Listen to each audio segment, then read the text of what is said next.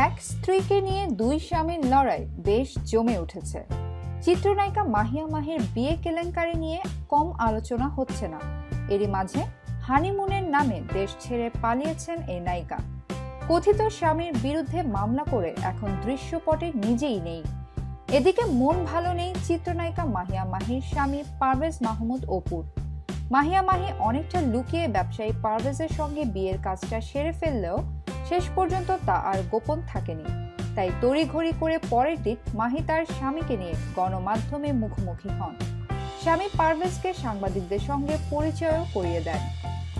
ওই পর্যন্ত সবকিছু ঠিকঠাকই ছিল, কিন্তু আনন্দে বিষাদের ছায়া নেমে আসে তখনই যখন মাহিকে স্ত্রী হিসেবে দাবি করেন তারই বন্ধু শাহরিয়ার শাওন। শুধু তাই নয়, মাহির সঙ্গে শাহরিয়ার শাওনের বেশ কিছু অন্তরঙ্গ ছবিও শাওন ফেসবুকে ছেড়ে দেয়।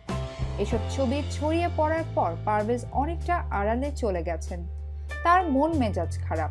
মাহির সঙ্গে শাহরিয়ার শাওনের বিয়ের দাবির বিষয়টি পারভেজ মেনে নিতে পারছে না।